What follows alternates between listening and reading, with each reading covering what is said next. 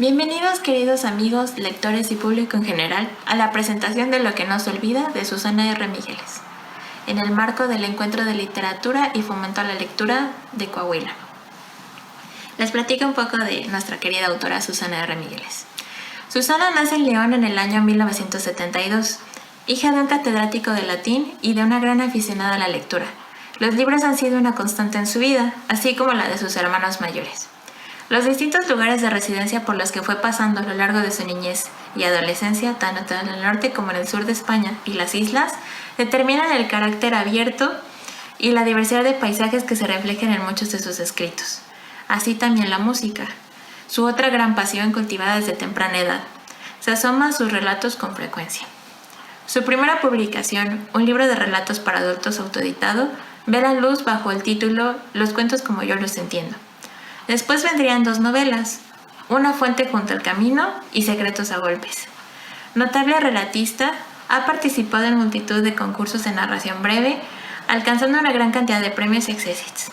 Paralelamente colabora con varias bibliotecas y clubes de lectura independientes y mesas redondas, así como revistas de ámbito local. Esta es solo una pequeña parte de lo que es Susana, pero pasemos a Lo que no se olvida. Este libro habla de la vejez, la discapacidad y las dificultades que traen consigo. Son asuntos que en algún momento de la vida tenemos que afrontar. Primero a nuestros seres queridos, después de nosotros mismos. Esta colección de relatos trata de dar otra visión, la del cuidador profesional, la de esas personas que trabajan con los mayores y enfermos ajenos. Cómo atienden sus necesidades y se rompen la espalda levantándolos, la cabeza pensando en cómo mejorar su día a día, la cara con quienes los tienen desatendidos o el alma acompañando sus últimos momentos y cerrando sus ojos cuando se marchan. Daremos paso a la bella entrevista que nos dio Susana. Esperamos sea de su agrado. Lo que no se olvida es un libro compuesto de relatos. Es como una especie de colcha de patchwork de pequeños retales. Cada retal es una pequeña historia de una persona normal a la que yo he conocido durante mi ejercicio profesional como auxiliar de enfermería, como cuidadora geriátrica. Y juntos componen una colcha que está diseñada y está hecha para abrigarnos con ella, ¿no? Para aprender de ella, para ver que dentro de todos hay algo extraordinario, una chispa, una mínima historia que ocurre, una anécdota, un percance, algo, un detalle que para el resto de personas a lo mejor no significa nada, pero que sin embargo a mí me ha enseñado una lección de vida que no debo de olvidar. Aquí hay personajes de todo tipo. Hay personas de mi familia, personas mayores, hay personas a las que solo he conocido trabajando, personas de las que he cuidado hasta que he terminado mi contrato o personas de las que he cuidado hasta que se han ido definitivamente. Forman parte de mi experiencia profesional y también de mi experiencia vital. Ellos, con sus pequeñas cosas, con sus pequeñas historias, me han ido construyendo y han ido haciendo de mi emocionalidad lo que ahora es. Y eso es lo que espero que ocurra con vosotros.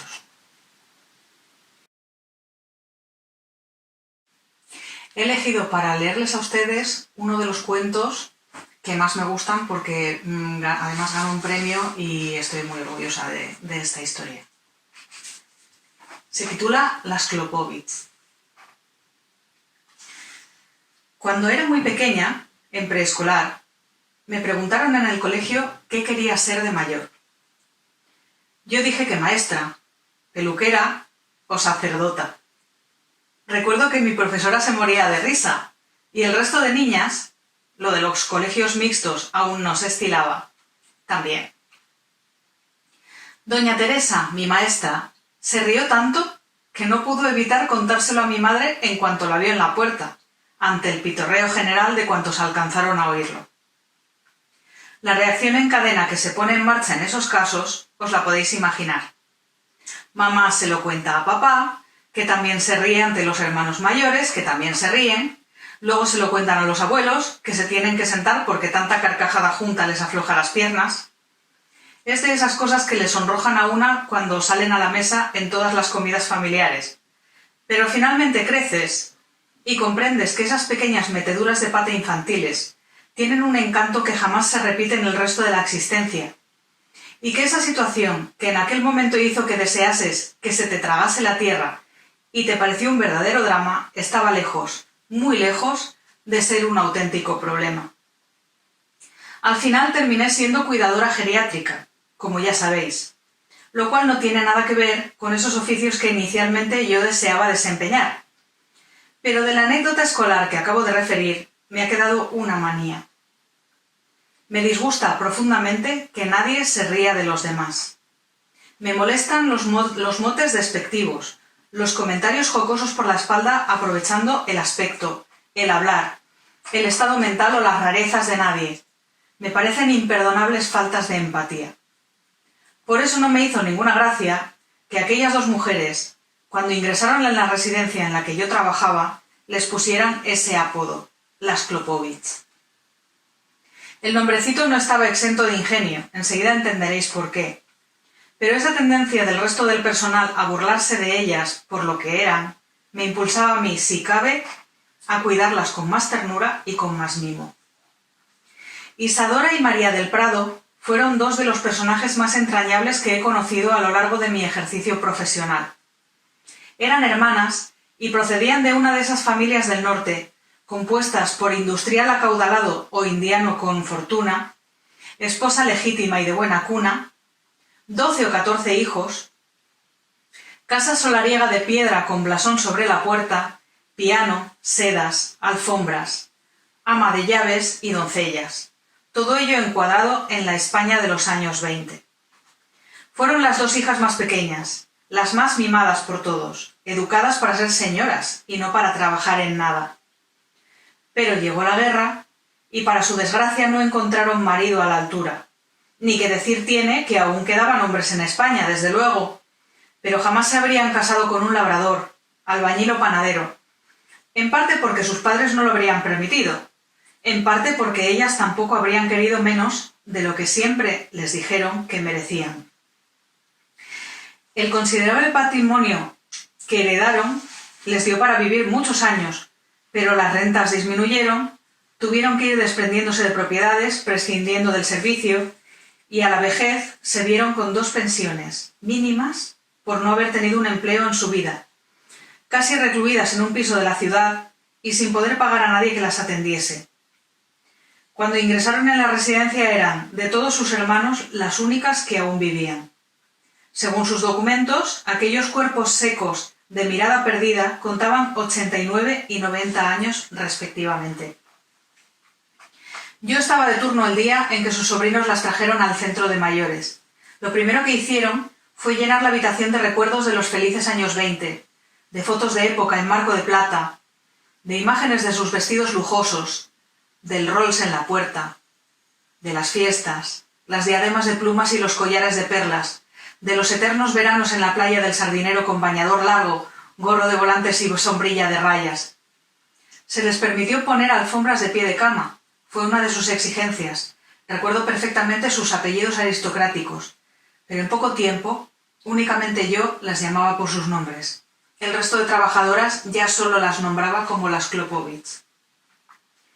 Voy a ahorraros el episodio del estado higiénico en el que llegaron, los argumentos que tuve que emplear para meterlas en la ducha. En los geriátricos por lo general no suele haber bañeras.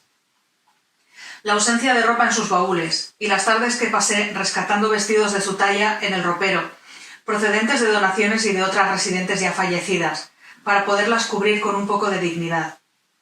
Tantos cambios en poco tiempo revuelven el ánimo de cualquiera, y más el de los mayores, tan apegados a sus costumbres. Sin embargo, a ellas, la nueva situación no pareció alterarlas en absoluto.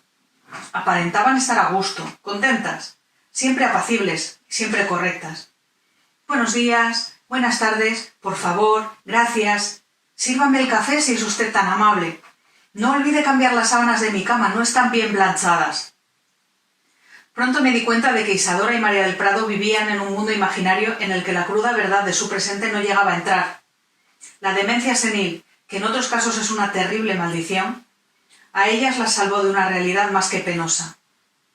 Sus mentes no resistieron, a hitas de dificultades que nunca esperaron tener que afrontar, y se refugiaron en los años de su juventud cuando todo a su alrededor eran flores, música y buena vida. En esa época todo era fácil, y solo viviendo en tal fantasía se sentían a salvo. Para ellas la residencia no era una institución benéfica, sino un balneario de descanso. Nosotras no éramos auxiliares de enfermería, sino doncellas de hotel, y como a tales nos hablaban. «Señorita, en mi habitación se ha agotado el jabón de manos. Recuerde que preferimos el de Sales de Pravia». Yo les ponía el mismo que a todas, pero me costaba poco decirles «Aquí lo tienen, ¿es de su gusto?». Siempre lo era, ya no distinguían un aroma de otro. Olía bien, hacía espuma y punto, suficiente. Me gustaba ir a ratos a hacerles compañía cuando no estaba de turno. Me contaban historias de sus años dorados, de sus clases particulares de piano y de modales para señoritas, de las familias con las que se relacionaban, algunas de apellidos muy, pero que muy conocidos. Siempre me preguntaban si fumaba. Yo mentía y decía que no. «Menos mal, señorita. No queremos a nuestro servicio mujeres que fumen. Es una costumbre horrible y muy poco femenina. Y arruga la piel. Por eso nosotras la tenemos tan fina y tersa, porque no hemos fumado nunca. ¿Lo ve usted?», me decía la mayor de las dos, Isadora, acariciándose la mejilla. Estaban como dos pasas, pero yo les daba la razón. A veces les llevaba nuestras muestras de crema facial a escondidas. Se las dejaba en el cuarto de baño y ellas, coquetas, se la ponían toda. Incluso en ocasiones, por Navidad, las ayudaba a pintarse. Las señoritas bien como nosotras deben arreglarse para las fiestas. Es esencial aparentar lo que uno es, ¿no cree usted? Las uñas en tono burdeos, por favor. A mi hermana pínteselas en rosa. Le sienta mejor a su tono de cutis. La más joven, que estaba aún peor de la cabeza que la otra, me daba 2 pesetas de propina cuando le arreglaba los pies o le ponía los rulos. A la mayor no le gustaba. Decía que el sueldo de doncella ya estaba bien, como para encima andar dando propinas. Luego se acostumbran a ganar mucho y piden más sueldo. Así son los pobres. Creía que yo no la podía oír. No lo decía para ofenderme. Las enseñaron a pensar así, solo que una era más compasiva y agradecida que la otra. «Señorita, lleve mi vestido al tinte, por favor, lo necesito para mañana». Yo decía que sí, lo ponía con todos en el carro de la lavandería y luego se lo entregaba envuelto en un plástico, como si viniera de verdad de la tintorería. Siempre era el mismo plástico. Lo guardaba en mi taquilla de una vez para la otra. Me costaba muy poco hacer esas cosas. Darles con su realidad en la cara no era la mejor forma de hacerlas felices. De ilusión también se vive, y yo mantuve la suya cuanto pude. Puedo imaginar cuánto debieron sufrir al ver que su mundo de lujo y comodidad se desmoronaba. Procurarles esas pequeñas alegrías eran un modo más de cuidar de su salud, y para eso están las residencias, ¿no? Casi todo el personal, de una manera o de otra, se reía de ellas, pero no delante de mí, porque no permití burlas a su costa. Pobres mujeres, bastante tenían. Me producían tanta ternura que no dejé de mentirles hasta que murieron. La menor se fue sin ruido, mientras dormía la siesta. Su hermana, preocupada, preguntaba continuamente por ella. Yo le decía que había ido a pasar unos días con sus primos a la casona que tenían en Comillas, y ella lo aceptaba con una sonrisa, pero pronto dejó de comer. A pesar de mi engaño y de ignorar que había muerto, Isadora no supo vivir sin María del Prado. Languideció y se dejó ir en poco más de 3 semanas. Con las historias que me contaban, aquellas vivencias de su juventud despreocupada y feliz, se habría podido escribir un libro entero, documentado con las fotos sepia que sus sobrinos se llevaron al vaciar la habitación para que entraran otras 2 residentes. Yo me quedé de ellas lo mejor. Sus miradas agradecidas, llenas de ilusión de seguir siendo aquellas 2 señoritas de buena familia, con sus nombres aristocráticos, sus apellidos de campanillas, su ama de llaves, planchadoras, sirvientas, veranos en la playa y temporadas de descanso en el balneario. Una vez, cuando yo era pequeña, me preguntaron que qué quería ser cuando fuera mayor. Dije que maestra, peluquera o sacerdota, ¿recordáis? Pues he llegado a ser mucho más que eso para personas como Isadora y María del Prado, las Klopovich. Peluquera, esteticista, costurera, podóloga, doncella, enfermera, compañía, respeto, consuelo, compasión, cariño. La última sonrisa para personas a las que se les acaba el tiempo. Mucho, muchísimo más de lo que soñé de niña. ¿No os parece? Muchas gracias, Susana, por tu lectura. Ahora pasaremos a las preguntas. ¿Qué te inspiró a escribir este libro? ¿Qué te inspiró a hacer este libro? A escribir este libro me inspiraron muchas personas. Primero, personas de mi familia, mayores con los que he convivido, abuelos, tíos, abuelos.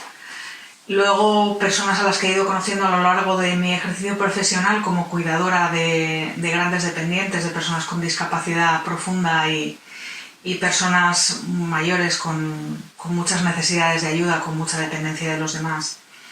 Ellos y sus pequeñas historias y sus pequeñas manías y sus pequeñas cosas son los que me fueron inspirando para recopilar estos relatos, que fueron anécdotas que para mí significaron algo en su momento y que las quería compartir con vosotros porque juntas forman una gran experiencia que nos hace apreciar un poco más a nuestros mayores.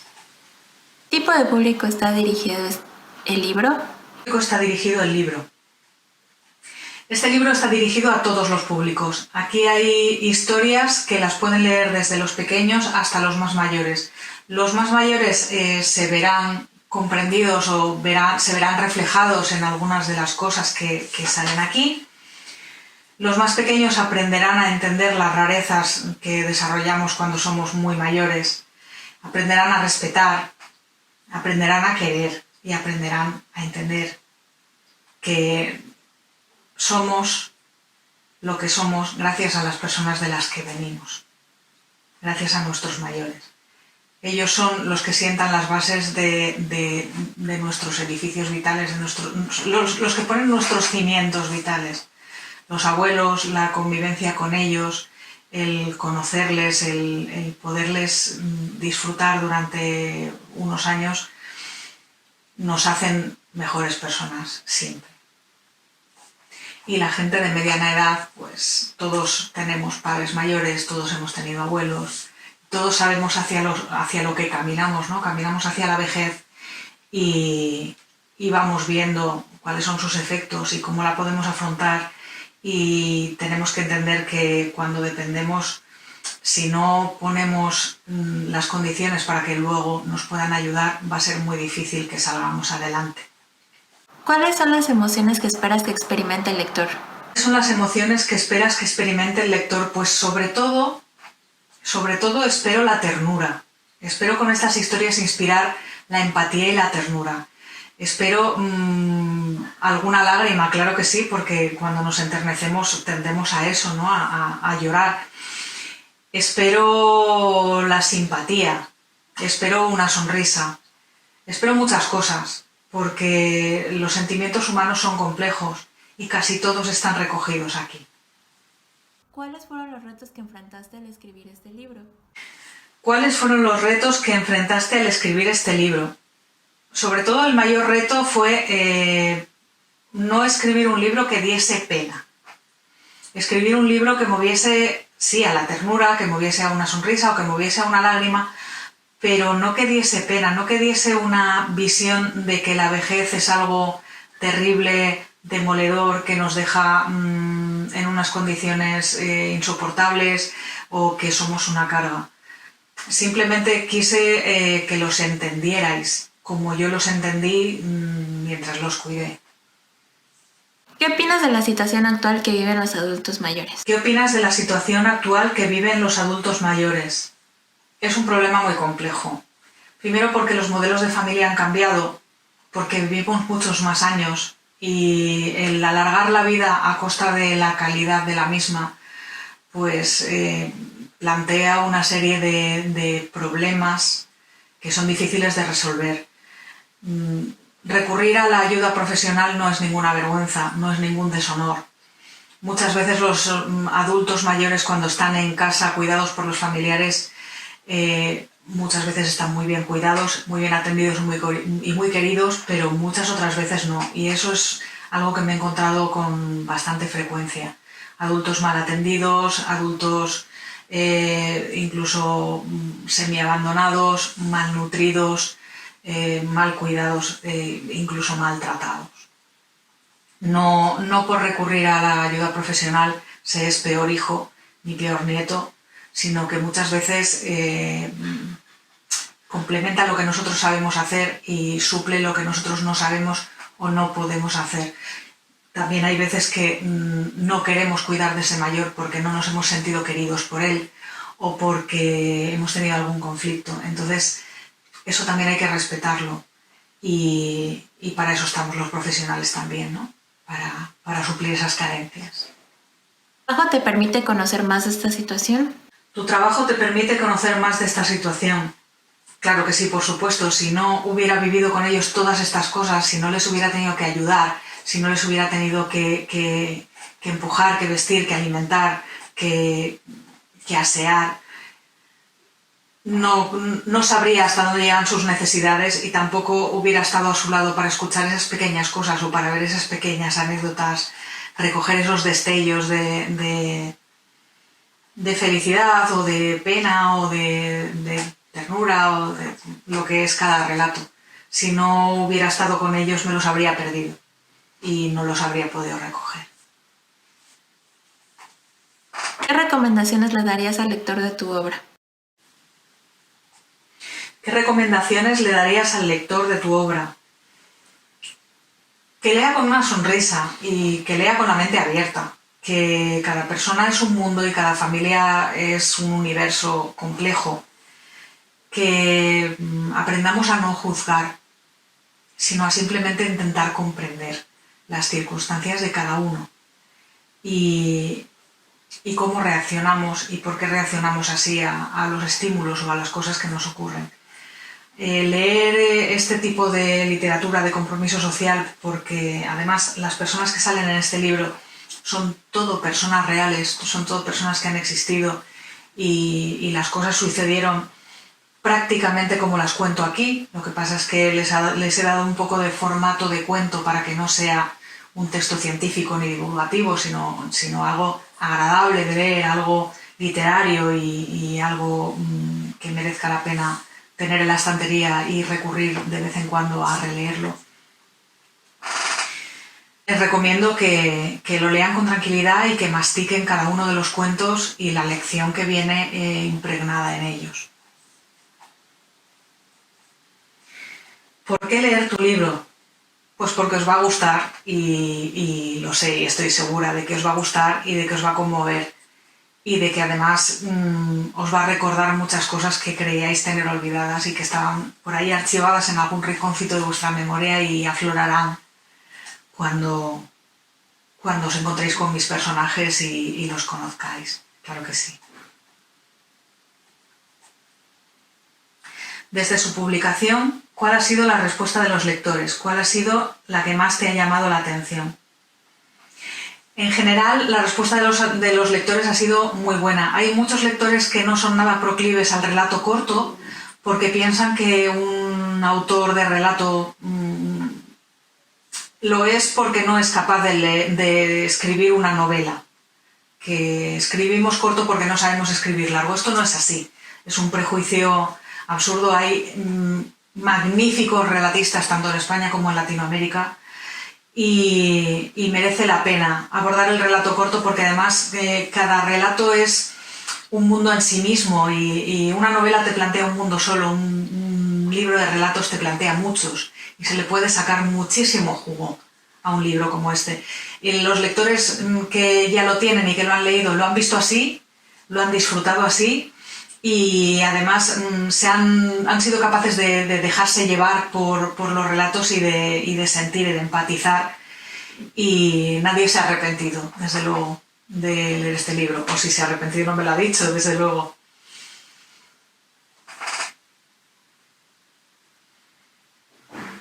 Me ha llamado mucho la atención